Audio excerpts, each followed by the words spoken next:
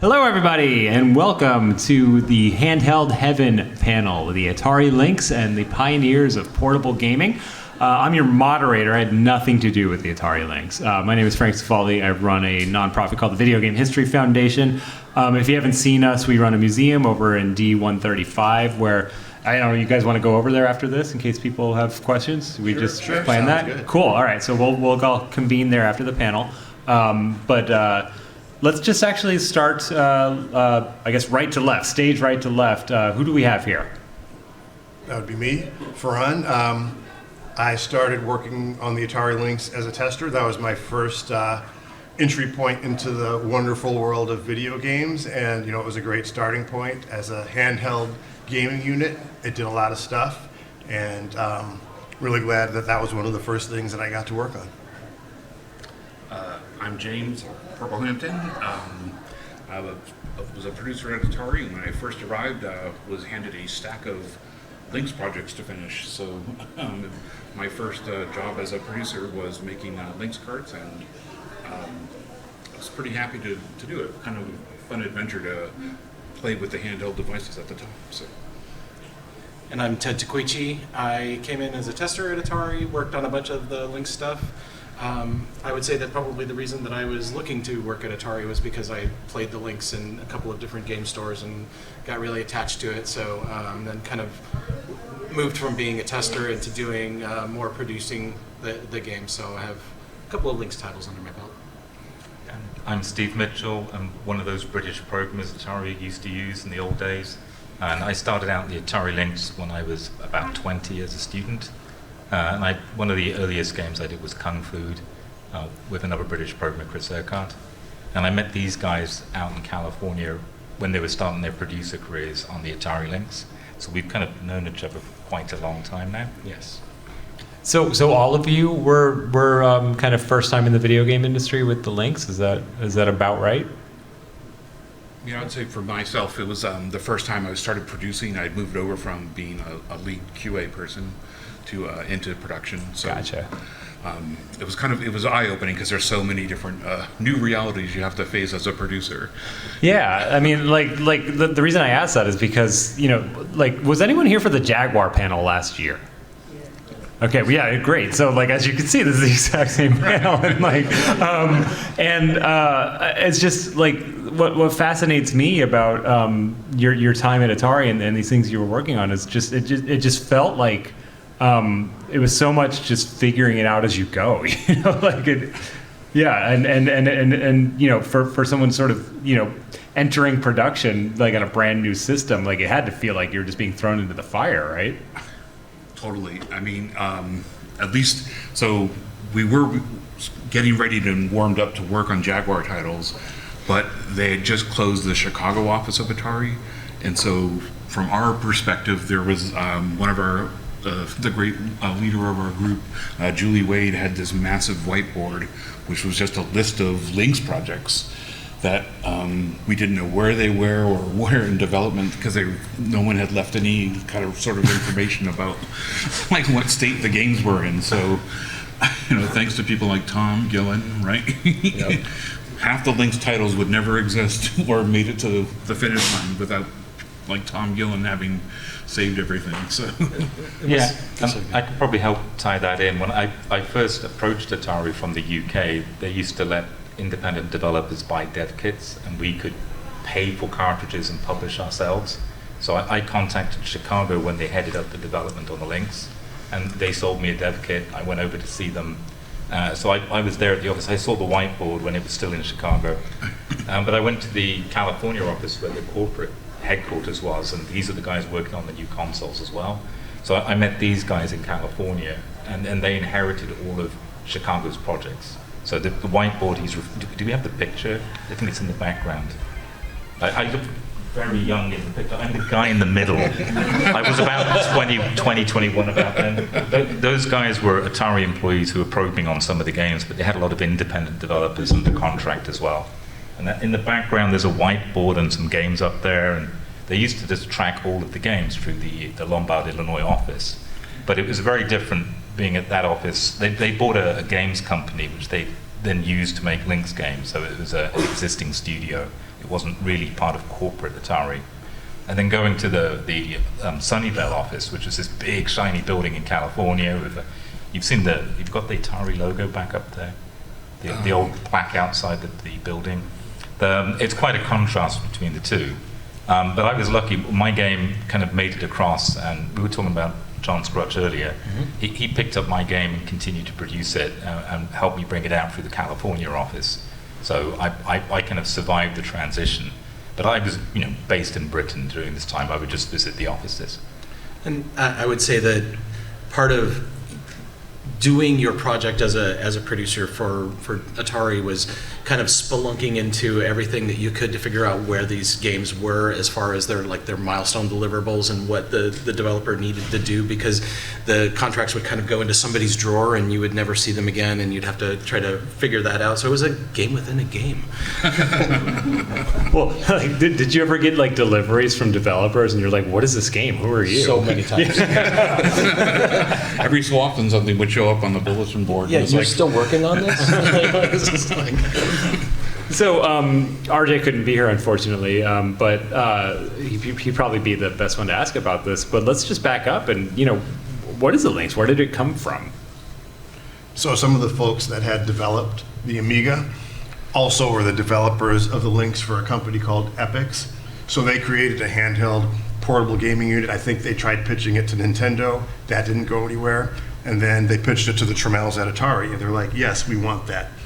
However, I'm not sure that RJ and the rest of the crew made the transition, but obviously some of the classic Lynx games like California Games kind of came out with the unit as well. And then I think over time, Atari just started developing their own games with such classic games like Slime World. One of the best conversions, I think, portable conversions of Lemmings came out. We had racing games. I think they covered the whole gamut and genre of games. I think one of the most famous aspects of it was the Lynx cable, which from our side was always interesting because it always developed a few really weird bugs. So say me and Ted or somebody could be playing something like Road Riot and we would both win. So we'd like, yes, I won. And then Ted would go, yes, I won. And then we just realized the games were out of sync and we were just playing by ourselves. So, we had those kinds of challenges that we always had to deal with. And, Ted could fill you in on some of the more infamous multiplayer Slime World battles. Okay, so yes, the Lynx cables did have issues. Yes, they did get out of sync, but I would say that when they worked really, really well. I mean, I will say that one of the most vivid memories I have of working on any Lynx title was one of the CESs. There was 8 testers and a few other management people, but the 8 testers had 4 rows on the plane that we were flying from Sunnyvale to Las Vegas, and we stretched the Lynx cables across four things, and we were playing Slime World the entire way, 8-player Slime World on the plane. It was an amazing memory. Because I used to periodically visit the offices, I kind of have strong memories of particular 8-player Slime World. Because in the Cubeville, that was Atari, they would have these cables thrown over the top, and they would be playing these games. And Warbirds was one that people loved playing on the multiplayer side. So, and the Lynx was kind of different because it really did support multiplayer.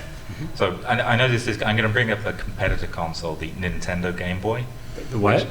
Well, a couple of people have heard of it. How dare you? For me, I bought the Lynx dev kit because I loved the VCS. I used to have what they call it the 2600 now, but I'm sure it was called a VCS when they launched it in 1977. And so for me, Atari was video games. And the Lynx was this great device, backlit color screen. It did use a lot of battery power. And the Game Boy, I understand, was much better on battery life, but you couldn't see the screen, and it was a very kind of simple device. Now, in hindsight, perhaps I should have gone to do Game Boy games. But later on I did Game Boy Color, Game Boy Advance, because once you start with console gaming, you try and stick with it for the rest of your career. So I've always been in video games and video games accessories, and I've often seen these guys beyond Atari at other companies, and it's like, well, what are you doing for? Well, I work at Nintendo now. I'm on things like Game Boy, And so we have, the reason this is called Handheld is because it's not just the Atari Lynx, but the Lynx kind of started Handheld, and I think that's why you guys have come here is to see how the beginning of these handheld games happened. I love the amount of things that you could bolt onto the Game Boy. So you could have just this monstrosity of the magnifiers and the lights and the battery packs and everything. It was just amazing. The speakers. Which was And granted, almost required. the Lynx had most of all that stuff built in. Built in, right, exactly. But yeah, it was just this monstrosity that you could build. It was great. But also, Nintendo didn't release anything comparable until like it took 10 years later before that square Nintendo Game Boy with the backlit screen. That was when it finally caught up to the Lynx from 10 years before it. So, the Lynx definitely was ahead of its time. It's darn, those batteries are heavy. Yeah. You mentioned multiplayer games and how that was kind of a defining feature almost of the Lynx software library, but it just makes me wonder, what was the sort of directive? Like, who was sort of driving what that library might look like, and were there efforts to make the Lynx library stand out apart from things like the Game Boy? Well, I mean, at the beginning, Epix had supplied the tools, and there's a lot of interesting technology. They had compression for the graphics built in there. The strange thing is the cartridge port was a virtual cassette player, so you used to bring data in and out of the cartridge in a kind of slower fashion, and you had a lot of memory. So in theory, I guess they could have made a cassette version of the device. I never saw one. I don't know if that was their initial plan. But it was certainly, the tools were very good on the Commodore Amiga, because the guy who co-invented the Lynx, who's not here today, he's credited with the Amiga. And so the first thing I had to do when I developed for Atari was buy a Commodore. I don't know if that's normal, but it worked out great. I used to love Atari STs, and I had to quickly learn a whole new computer to do development. But you guys, I mean, that was okay when at Atari, right? Because didn't Jack used to own Commodore? Oh, right, yeah. Yeah. So I mean, it's just like a kind of family business for those people. But the tools were really good. It just did take a long time to do a compile and build. And I think one of the other strong points that's just kind of a go-to in console gaming is licenses. So we had like Batman, Batman Returns, Lemmings, Raiden, Pac-Man. So I think to kind of flesh out that catalog and make it more appealing to the consumer, we just got some of the biggest licenses of the day. Obviously, there was some overlap with the pre-existing Atari catalog, but going out and getting movie licenses like Batman, I think, also helped a lot as well. So we've got some games on screen right now in the slideshow. So are these games that, yeah, I guess they are. Like people like up here worked on these, right? Like you mentioned Lemmings. Exactly. Yeah, I worked on the volleyball game. There's a long story with the, it's just sort of like, I couldn't believe I was working on a game called Malibu Bikini Volleyball. I mean, it could have been Malibu Beach, but you know what? I think if we want to get a few more sales, let's call it Malibu Bikini. Well, I suspect car wash might not have fit, so I think they went with volleyball. But like, so when we were doing the cover art, I had done some research on like who some of the professional, women's volleyball people were, and we cast someone who had actually had some experience playing in sort of semi-pro leagues, and we thought the cover shoot came out great, and they were like, we need to see more bikini or something. It was really off-putting, but it was a nice multiplayer game all the same. So.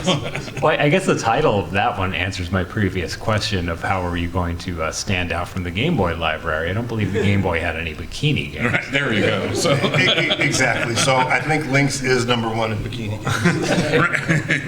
games. And obviously there were other games. If you could go back a few slides. Here. It's going in the wrong direction. Which one? The next one. Sorry.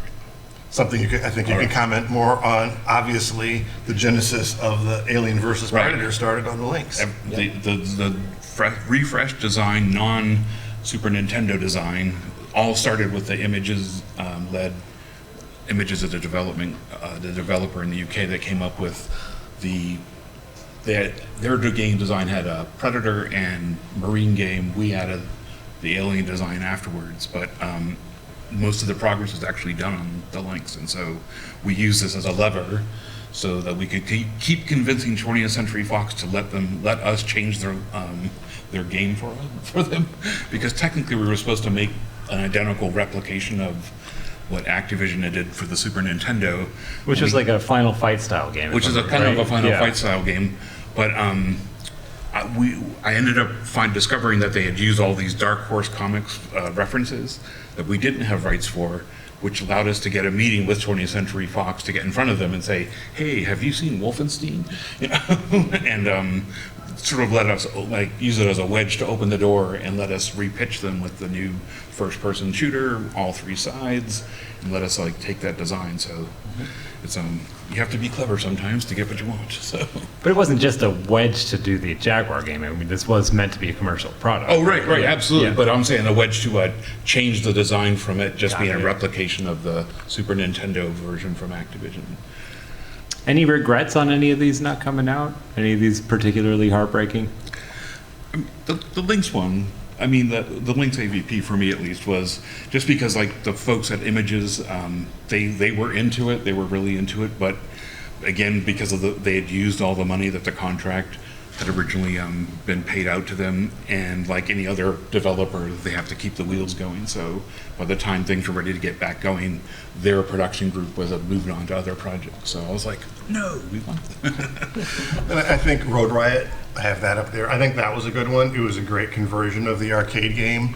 You could play multiplayer, but of course, as I referred to earlier, it just never stayed in sync. And I think we must have tested that. Somebody said, didn't we test that for 6 months, you know, while we were waiting for the Jag games to arrive? I'm like, no, I think it was like 3 months, but it felt like 6 months. So like every day we would have to play this game, every day would go out of sync, and I don't think the coders ever could get it together. And so unfortunately, it was never commercially released by us, but there is this kind of like gray market of people that somehow magically acquire the rights to many of these games, and they sell them, you know, at conventions like this. Yeah, I mean, this particular convention, there's a game, I say game, it was a demo called Hot Dog. I was about to say, what is hot dog? Well, I mean, Thank you. Carl at Songbird, he gave me a copy today. I brought it with me in here and so on. I got it in the pocket somewhere. This game was a demo 31 plus years ago. And but enthusiasts choose to still re-release the game. I mean, how do they find these things, by the way? I heard there's somebody's hard drive at Atari. Is that right? Yeah. There's one Amiga that had everything loaded on it. Yeah. Yeah, but so this Yeah. you can now buy a box copy of a game which was made for the Lynx 31 years ago and didn't get released. Yep. And there's two different people making the games, but Songbird is making this one. It's the current production. And Carl is nice enough to give me a copy. I did offer to buy a copy because I feel like the general public, even though I developed the engine for the game, Yeah. I didn't write the game. It's done by the creative people, right? I just did the technology behind it. You worked on the game, you can have the game. Yeah. That was essentially the thing. So, I only wrote the engine. but and honestly, it's not the only one. There's somebody somewhere at Atari must have had a lot of ROM files, and that's the reason why people are still finding games today and releasing them, right? Well, there was one computer, and it was in the test. The guy who was running the test, his name's Tom Gillen, and he actually ran a BBS, and that was the build board system that the developers would call, and they would upload their ROM file for the day's testing or whatever, and then that machine kept all of the ROM files, and that was really the only source. So if something would have ever happened to that machine, we would have been done. Yeah, long But before network there was no backups. network backups. There was nothing, and he was always like, "That's good, we're fine." Yeah, I mean, to give you an idea of the basic development cycle, somewhere in the UK there was a programmer working in the basement, and then before he went to bed, he uploaded a file very slowly with a direct dial. Have you seen that film War Games? It's like that. You're uploading a file somewhere to some phone number worryingly in the same code as at Sunnyvale, where they do have missile systems, apparently. Atari was based in the same buildings that Lockheed used to use or something. And you're uploading this game, and then in America, some guy's programming a chip and then testing it, and then he faxes you a reason why it's not going to pass quality assurance. And that cycle would just continue until the game was done. So I learned a lot about how to use an Amiga to upload ROM files. But I don't think, we couldn't have got these games done without the test department getting these games through, especially the multiplayer ones. That was the thing is that we had a lot of developers that were in the UK and like Steve said, they would upload it, and then the guy who was running tests would come in early and he would burn all those ROMs, and then they'd be put out on somebody's desk when you came in, and that was your thing of the day. And then and it was a constant loop because like it was end of the working day in the UK it became our mornings. Send it off. Yeah. In the US, and by the time we're done with our testing, we were sending it back so it'd be there first thing in the morning for the UK flips. And nobody ever uploaded bogus revs with the name of the game just so they could go home early. That never ever No, happened. it never happened. Not even once. Now, to be fair, I didn't do that. Steve did that. Right. That he's willing to admit to. But I've heard other people may have. But it's an interesting way to develop. But it meant when I woke up in the morning, there was a fax with a list of, oh no, you need to fix these. Yeah, things. first thing in the morning, First thing in the right? morning when you Right. get Yeah, in. exactly. So You it's like invented magic. doom scrolling in bed. Yeah. Luckily, there was no email back then. It was all done by fax and bulletin board. So you kind of referred to this as like somehow this was found. I'm actually wondering, I'm sure a lot of Lynx fans are there games that you guys remember that got pretty far along, if not finished, that no one's found yet? I usually remember them when I discover somebody releasing them. And Telegames seem to miraculously be able to publish a number of games, including I see you have a Fat Bobby, which was something that Steve and I and Ted, we all worked on. And we weren't sure if it would ever see the light of day, but then suddenly Telegames created a published version for it. So I'm not quite exactly sure what deal happened there, but it was nice to see the game come out. So. There was a Tiny Toons Adventures that started on the Lynx, and that was done by Telegames, and it never really got very far other than kind of concept art, and I think a couple of static screens was really all that was ever done. And then they ran out of money and moved on to making Tiny Toons Adventures on the Jaguar.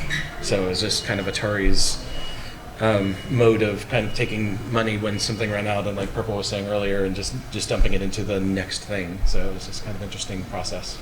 Right. Generally, sometimes, I'm not saying that the developers would underbid, but if that tended to happen, then they would go, oh, like say it's maybe something like Raiden. I'm not sure if that would be the case, but it would be a similar thing.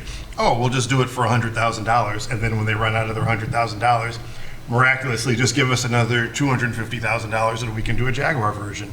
So that kind of stuff happened repeatedly. I mean, it's kind of just the nature of the beast at the time. But, in the case of Raiden, I think we got 2 decent versions of Raiden out as well. Yep. But again, we knew very little. When we were handed a project, it was like what state it was in, if there was a demo, if the developer was still going to take your phone call. Or if they even still had phones. If they still had phones, exactly, right? And there were many times when, like we were talking about earlier, a version would just show up and you thought that you were completely done with that and that they had canceled the project. I mean, there were several times when projects had been canceled and the developer said, I still want to finish this, I still want to send you a version, and it was very bizarre. So. Thank you. What am I supposed to do with this? So, I think it's okay to start opening this up to questions as the room's filling in. I know we have a lot of Lynx fans. Anyone got a question for our panelists? Yeah, up front. You mentioned that the dev tools are really good. I've heard Lynx had great dev tools. I'm wondering how they compared to, like the Game Boy, for example, something you used later on. Was it a good developer experience? So let me repeat the question for the sake of the video. The question was, how did the development tools for the Lynx compare to what you might have seen for other systems like the Game Boy Color? Well, I mean, because I've worked on both of those, but at different times. The great thing about the Lynx was the Amiga. So you would start off with a decent computer, and then a Commodore kept releasing faster versions with more power, so I could cut the compile time down.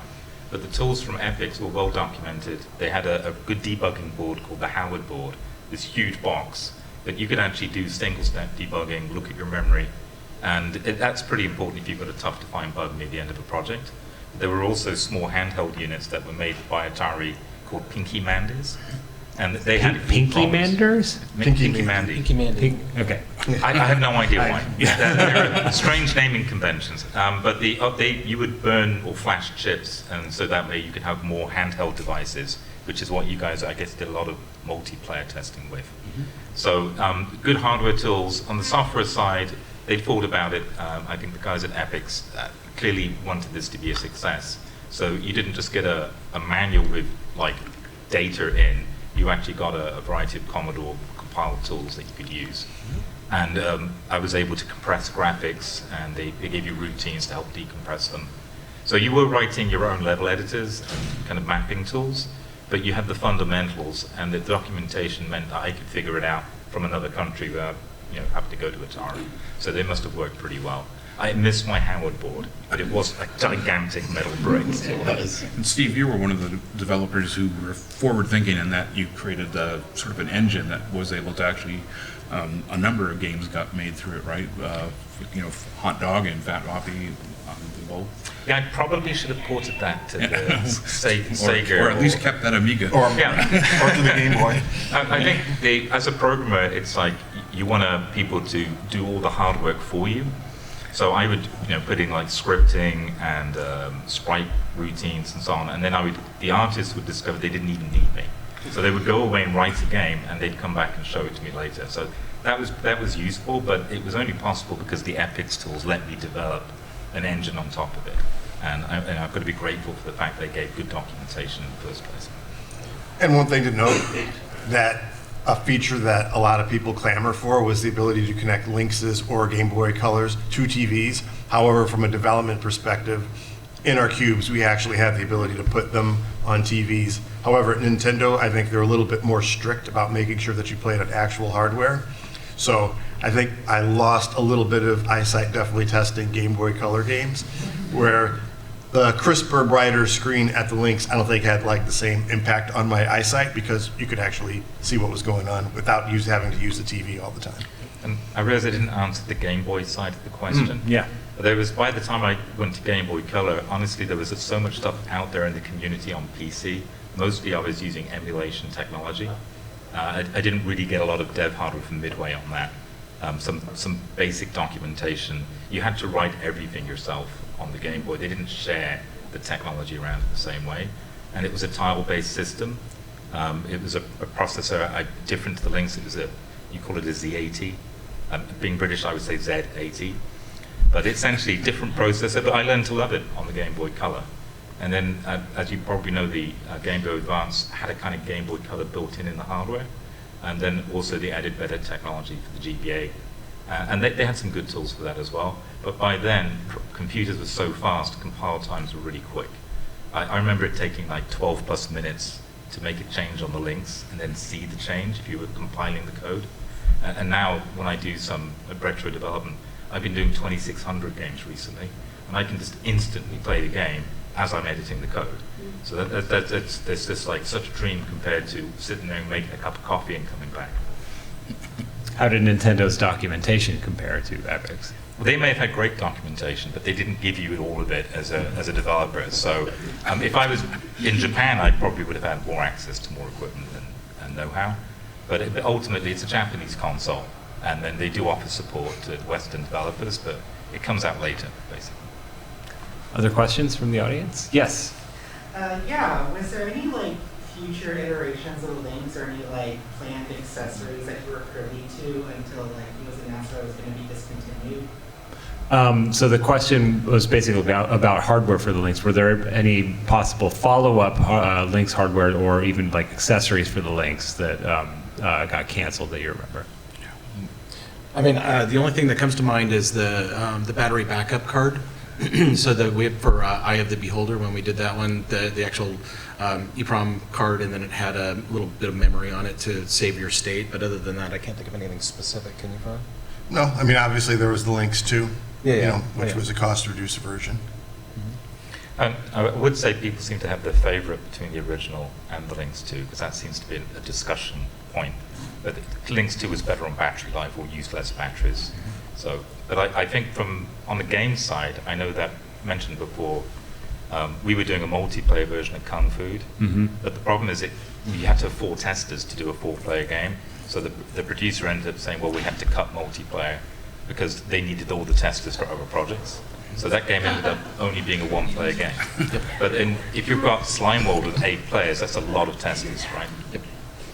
Yeah, I was saying earlier that I'd never heard of a feature just being cut from a game because it was too expensive to test. Like that totally makes sense, but like I think for most of us, who weren't in that world, like it's like, oh, like that's really bizarre. Like it just worked. Why didn't you just ship it? Any other questions from the audience? Yes. I've been exploring a lot on the Turbo Express, and that system straight up uses a 3.5 millimeter audio cable for linking together. The LYNX seems to do something similar, so I would ask, is there an advantage to doing things this way, as opposed to, say, a different link cable like the Game Boy uses? Okay, so the question was the Turbo Express, the NEC portable based on the Turbo graphics, used just a normal 3.5 millimeter audio cable to do multiplayer. And did the LYNX do something similar? And if so, is there an advantage to doing it that way? Well, because the LYNX was a LYNX, it used to have a through connector, so you could keep buying more cables for more people to play. It's split. Whereas a straight audio cable doesn't. I mean, it's very similar on the wiring, but it doesn't let you do more than 2 play if you have a generic straight audio cable. So the LYNX cables were different for that reason, but the technology is very similar to an audio. I think it was smaller than a 3.5. I recall, but it's very similar to an audio cable. On the Game Boy, I think Nintendo wanted you to only buy their cable, so they had a patented port, but it worked in a not dissimilar way. I did some network work on the Game Boy Advance, and you could have a 4-player cable. Is that right? That was readily available at stores, but it was Nintendo's cable, not a generic audio one that they didn't make any money on. So, but with the LYNX, because of the pass-through, you could have made the cable yourself if you wanted to, but it's easier to buy the one from Atari. Cool. So this panel is about portable games in general. So question for me, I guess, is you've all worked on little games and big games, right? Like portable and home games. Are there considerations that are taken when designing or even testing, I guess is another way of asking, a portable game versus a home game? I mean, you mentioned earlier, like having to play on the TV versus the screen, right? Exactly. Obviously, you have resolution, and you can play on the TV. I think one of the bigger advantages of saying doing a console game over a portable game is budget. Usually, even when I was at Nintendo working on Game Boy Colors games, the budgets were almost comparable to what we were spending at Atari, even though Nintendo was like exponentially more successful of a company. I think once you have a small screen, people tend to allocate a small budget, which sometimes is unfortunate, but working under constraints sometimes allows you to make really interesting stuff. So like even at Nintendo, we had like one of the first portable real-time strategy games that supported multiplayer, supported infrared. So the people that were really interested in developing for handhelds, that were really into it, and it wasn't just like a mercenary contract, I think really came up with interesting products even while working under those constraints. Yeah, so I eventually started working at Leapfrog, which to do educational games for their Leapster, which was a handheld game system with a 160 by 160 screen, but it ran Flash. And so it enabled us to be able to do pretty excellent on Lima View, but Flash animation as a way to sort of thread the storytelling into this small compressed cartridge, and kind of to, really make the mileage to work at it. So from my perspective, it was my opportunity to kind of, do something else with gaming, right? My sister had my niece and nephew, and I wanted to make something for them. And, you can learn your math tables and spelling while you're helping Wally out. So it works out, So, open question for everyone on the panel. Is there a favorite LYNX game or experience that we haven't brought up yet? So I'll just say, being a new producer, if that's okay. Just Yeah, please. jump in. Yeah. So my first job, as a producer, was getting assigned to this project called, it was a game called Gordo 106, which did get published. That was the right? monkey one, right? It was the monkey one, Yeah. where the goal was you play a monkey in a testing lab, and your job is to free all the other animals out of the testing lab, right? Which for me, I just love that idea. I just think like I'm on board with that, you know. However, it was one of these projects that had gotten lost in time and where it went. The developer was luckily Bay Area based, and while we could never quite meet with the manager, who was always seemingly skiing somewhere, they eventually allowed me to go to where the main programmer's house was. And as a first-time producer, it's like I was used to kind of, you know, sitting with developers to kind of get the games finished. That kind of was my role in other the companies I had started as a QA person. The difference was this was more on site. Instead of them coming to us, I went to them. And this guy was just, I'll just say, I went to his house or his apartment, and the rooms were kind of taped off, and there was like a massive bowl of like cigarette butts, and I've just never seen anything like it. And I was just like having to sit in there, hold my breath, and just talking him through what we had to do to get the game finished. But it kind of caused him to lose his mind, so he built it so that every time the monkey would fall, he would land in hell, he called it. And it was hell. It was like a dungeon with fire and pits and, you know, like axes coming at them. It was like, no, leave the monkey alone. But it was fun to work on, and we did get it out the door. Hell levels intact and all, so. That was one of those games that was on, like Faran was saying, that they would just live there at Atari and testing forever. And I remember testing that one. And I played it so much that I actually brought my boss in and blindfolded myself and played through the first 2 levels without dying. You remember that? Oh, yeah. Yeah, that is, I think, one of the kind of quirky aspects of game software development is that, especially during that era, the testers became really, really good to where we could just do really ridiculous things in the game. And I think the unfortunate aspect of that is that it inched up the difficulty curve on games that were clearly aimed at younger audiences. And if you're wondering why some of these games are super hard, it is because Ted could play it blindfold, upside down, in the dark, with no power. You know? And the programmer wanted it that way. Right, yeah. But the programmer was crushed because Ted actually beat it. Yeah, right. Other favorite Lynx games that haven't been brought up yet? I mean, it's been brought up, but working on Lemmings on the Lynx was great because it was a game that I had like bought and played, you know, maybe a year or 2 before I had joined Atari, and then Lemmings lands on my desk, and then we had to like convert it from a widescreen monitor format to fit on the tiny Lynx screen. So it was great going back and forth with the programmer, who I think was one of the actual creators of Lemmings, and that was just actually one of the more enjoyable experiences of developing a video game. Well, you got to play a game that you liked already. Play a game that you like with a programmer that wanted to make it good and make everything appropriate. So like there was no Gordo 106 pushback on things like that. Right. So it was actually a joy to work with. No pay for pain, right? Yeah, exactly. I should add that California Games, which was the original bundle game, was a pretty awesome bundle game to have. Yeah. And you could just enjoy playing the Lynx with that one game. And then there was so much more because you could get other games. But Slime World is still probably my favorite, partly because I got to join into the 8-player testing at Atari when I visit. And it's just it was like playing those first-person shooter games when they were new in multiplayer, when they allowed you. You had that experience, but it was a sprite-based side-on game, and just as aggressive as any kind of Quake type in scenario you were going to have. And I think it showed that the future of gaming ultimately would be multiplayer.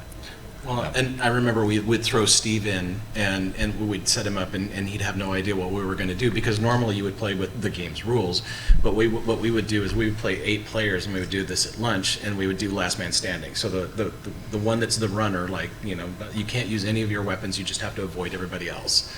So, we would just run and try to kill each other, and just, it was insane, so. Well, I'm going to bring up Chip's Challenge. I think Chip Challenge is a really interesting game, and I think it became famous on Windows later, but if I remember right, it was a Lynx exclusive game when it came out, right? It was designed for the Lynx. Any other questions before we maybe move on? Yeah? I was curious if, maybe you guys had the Game Boy got some attention when it was not at school, so the Lynx and everything. Was there trash talking in the office or anything, or did you guys just ignore it? So the question was there trash talking in the office about the Game Boy, since you were all into the Lynx? I think maybe you can tell by our personalities that we tend to talk a little mess at times. A little bit, So, yeah. so back in the Atari days, I think because Atari was the underdog, we just had that underdog philosophy.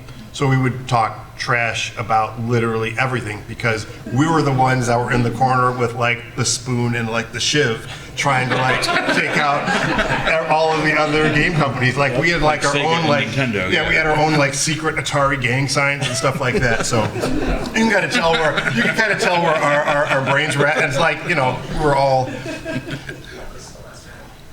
all, you know, considerably younger, and so we would kind of buy into that mentality of the console wars. But we were like when they talk about the console wars, I don't know if that were ever really mentioned in the mainstream conversation, but from our standpoint, being the underdog, you know, we wanted to topple Sega, we wanted to topple Nintendo, and then I guess Sony stole half of our team for the PlayStation. Yeah, a large number of Atari folks became the staff of Atari. So ironically, the Jaguar did not have the best tools, but the PlayStation had the best tools, and a lot of the people responsible for that came from Atari. So a little bit of irony. And it's still there today. Yeah. And, you know, although we're Atari enthusiasts and we started our video games careers, and I did some home computer work, but for console, it was Atari first for me. I did also work in-house at Sega. I did work in-house at Sony.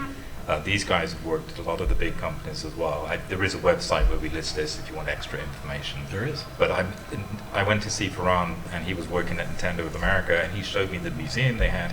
Oh yeah, here's an early Game Boy that they have in their museum. They had a museum. Atari didn't have a museum. And so we kind of, you know, we worked for the competition as well. So we weren't just, but we didn't do that at the beginning. We stuck with Atari until Atari stopped making games, basically. And then we all had to find a home, right? And the Atari Museum was that warehouse, which was like the ending of the Raiders of the Lost Ark, where it's just queue after queue of where the crates go. Yep. You know, video games from history gone past. A pallet as high as somebody's standing with ET cartridges. you Or know. 7,800 consoles, or things that have never been always in shrink wrap and never been. Always, yeah. Yeah, I mean, at Atari, you could talk to the president of Atari. I don't recall ever meeting the president of Sega or you know the head of Sony. But that was one of the lower great. down. That was one of the food chain. great things about Atari. You could talk to the president of Atari. It's like it was a family-run business, and you know the chaos that made it kind of kooky was the same chaos that made it great. Actually, Well, realistically, what was the head count at Atari in that era? what was that? It was like maybe 100. Maybe. Yeah. It sounds like 100. I mean, there was a bunch of warehouse people that we obviously didn't know, and yeah. And they also kind of had, there was a flex of like, you know, if we needed extra testing or extra, you know, they were getting ready for our marketing show, they would hire extra outside firms and stuff. But And I think once we transitioned out of Lynx into Jaguar land, you know, they hired more producers, they hired more testers, they hired a few more marketing people, maybe a few more lawyers.